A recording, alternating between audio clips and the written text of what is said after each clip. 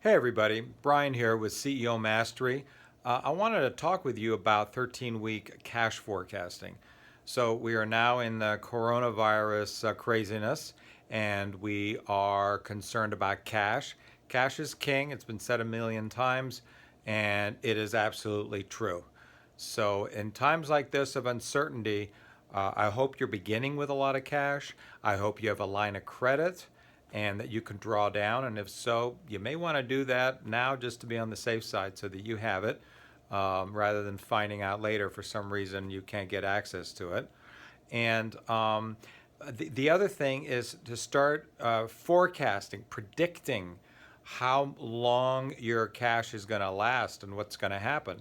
And so it's a 13 week, it's a spreadsheet basically, 13 weeks, because that's a quarter.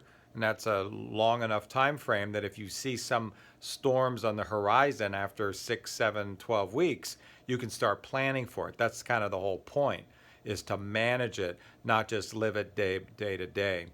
And so you have your receivables up top, the cash coming in. You have all your expenses down below. The more gory detail you can create, the better, honestly. Um, the devil is in the details. If you don't write all the details down, you're going to get surprised.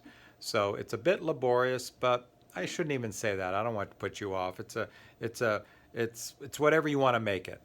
If you're a detail person, go for it. I encourage it.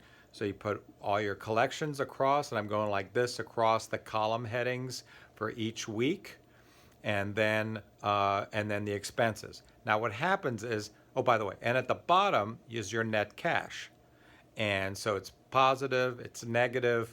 To the extent it's negative and you're running kind of a zero balance in your checking account, then you draw into your line of credit up or down or into your savings or something like that.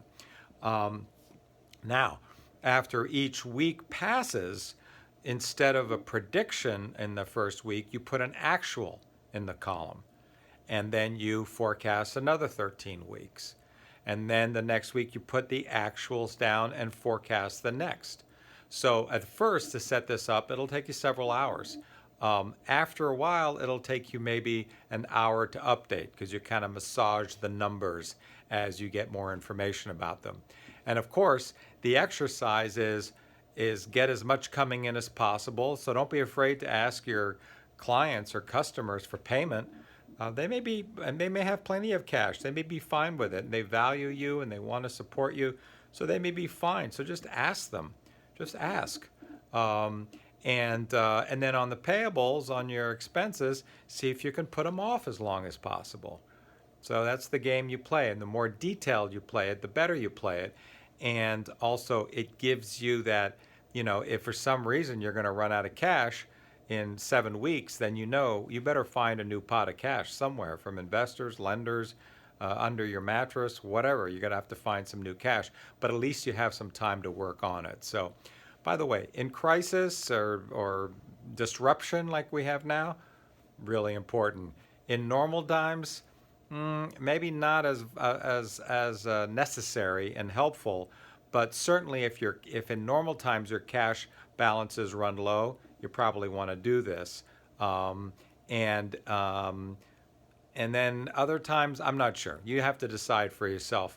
But this is a great opportunity to learn how to do this, to practice it, to get good at it when you need to, and then you can pull that tool out down the road when you need it another time. So this is, if you will, it's a silver lining. This event, this coronavirus event, is causing us to do things like remote working, get used to that. How does that work? Cash forecasting and other things. But I highly recommend you do that. And if you want any help with that, contact me or contact me for any questions you might have. But on that as well, I'm happy to help you out. So signing off from CEO Mastery, Brian Kinahan, all the best.